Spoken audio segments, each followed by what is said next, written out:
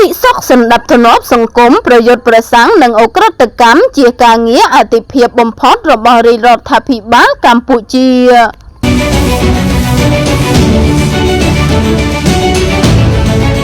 សម្ដេចមហាបវរធិបតីហ៊ុនម៉ាណែតនាយករដ្ឋមន្ត្រីបានគូសរំលេចថាដោយមើលឃើញពីគ្រោះថ្នាក់ធ្ងន់ធ្ងរចំពោះសង្គមជាតិដែលបង្កឡើងដោយអ ក្រិតកម្មសបោកតាមប្រព័ន្ធបច្ចេកវិទ្យានិងភាពស្មុគស្មាញនៃអ ក្រិតកម្មសម័យទំនើបមួយនេះដែលមានបណ្ដាញប្រតិក្រឡាគ្នាពីប្រទេសមួយទៅប្រទេសមួយរាជរដ្ឋាភិបាលនីតិកាលទី6នៃរដ្ឋសភារហូតដល់ដើមនីតិកាលទី7នៃរដ្ឋសភាបានចាត់វិធានការជាច្រើនលើអ ក្រិតកម្មនេះដោយទទួលបានលទ្ធផលវិជ្ជមានជាច្រើន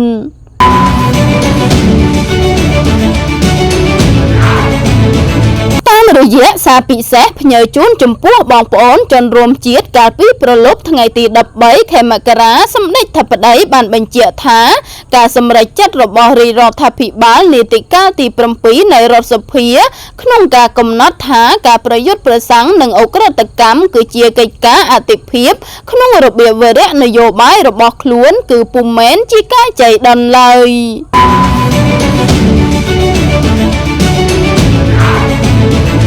សម្ដេចធិបតីបន្ថែមថាការដាក់ចេញនូវវិធានការម៉ឺងម៉ាត់និងមុតស្រួចជាបន្តបន្ទាប់លើអ ក្រិតកម្មសបោកតាមប្រព័ន្ធបច្ចេកវិទ្យានាពេលកន្លងមកគឺជាសក្ខីភាពមួយនៃការអនុវត្តការប្តេជ្ញាចិត្តខាងនយោបាយរបស់រាជរដ្ឋាភិបាលក្នុងការប្រយុទ្ធប្រឆាំងនឹងអ ក្រិតកម្មស្លងដែនមួយនេះដែលជាក្តីកង្វល់រួមរបស់កម្ពុជាតំបន់និងពិភពលោក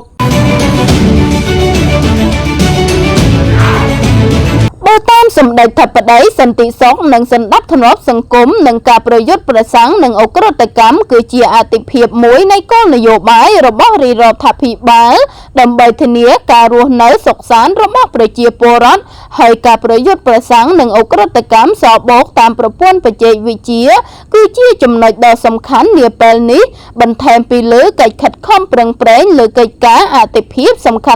ន់ៗរបស់ជាតិផ្សេងទៀត